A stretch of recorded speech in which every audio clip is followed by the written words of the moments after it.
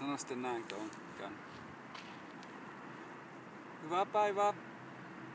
Täältä sateisesta Kemistä täällä heitellään bumerangeja tänään. Mun nimi on Kalle Helski ja mä teille vähän kerron tästä bumerangin heittelyhommasta. Mulla on tässä 5 erilaista bumerangia esillä.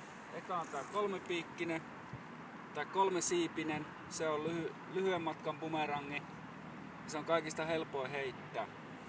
Sitten on 2 tommoista keskimatkan bumerangia, 2-siipistä eri mallista. Nämä on tämmöisiä yleisempiä malleja, miltä ne näyttää, tämä ja tämä. Ja sitten on 2 pitkän matkan bumerangia. Niistä toinen on hiilikuitubumerangi ja toinen on vanerista. Niin nämä kaikki muutkin on vanerista, se vaneri on se yleisin. Ja kuten huomaatte, niin tämä toinen näistä pitkän matkan bumerangeista on mennyt rikki. Se johtuu siitä, että heittäessä en ottanut huomioon enkä aavistanut sitä, että kuinka pitkälle se tosiaan lentää. Ja se osui sitten tuohon tämmöisen sähkötolppaan ja meni katki. Eli tässä kannattaa olla varovainen sen homman kanssa. Pitää olla tarpeeksi laaja se alue, missä heittää, eikä saa olla ikkunoita lähellä, eikä sitten tietenkään autoteitä, ettei tule mitään onnettomuuksia. Näitä bumerangeja on hirvittävän helppo tehdä itse.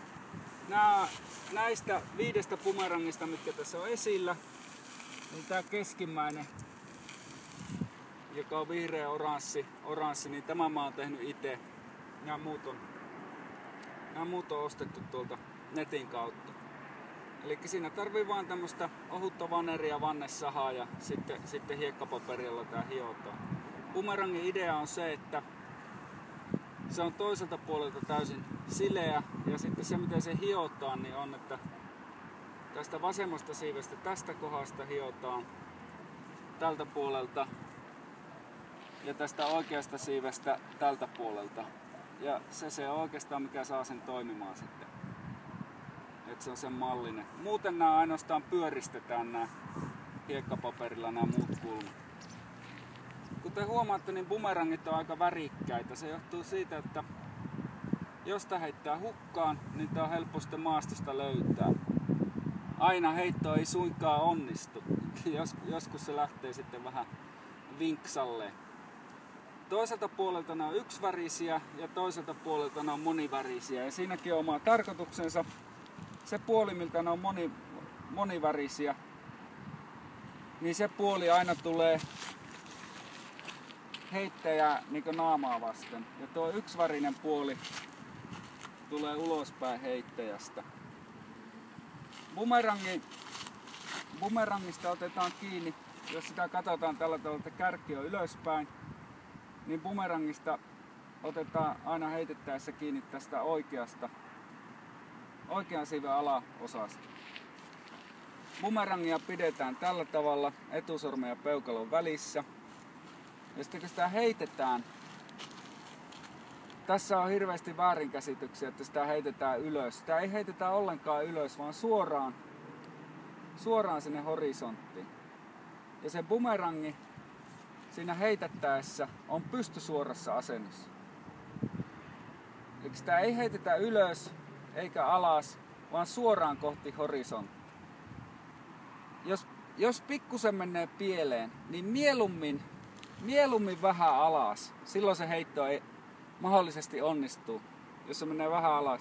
Mutta jos se lähtee ylös, niin silloin on suurempi vaara, että se menee ihan päin prinkkalaan.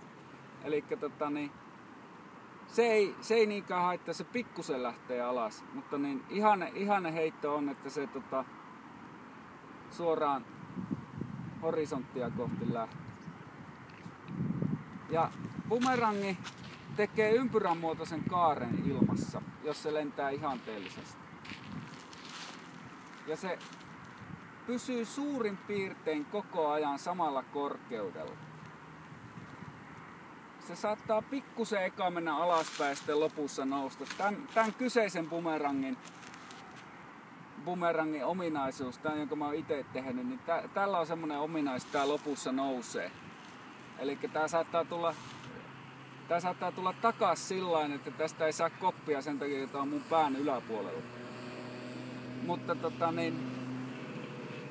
hyvin monet bumerangit pysyy sillä samalla korkeudella koko sen lentoratansa ajan. Et ne pikkusen vaihtelee aina bumerangeittain se, minkälainen ominaislento sillä on. No sitten tosta mä näytän vielä tämän. Jos on tämmönen 3-siipinen bumerangi, nekin on tällä tavalla toiselta puolta yksivärinen ja toiselta puolta monivärinen. Just sen takia, että sen löytää ja sitten tietää, miten päin sitä pitää piettää. Ja sitten yleensä näissä 3-siipisissä on merkitty se, niin kuin tässäkin on nuolella merkitty, se siipi, mistä se on tarkoitus pitää kiinni, kun se heittää.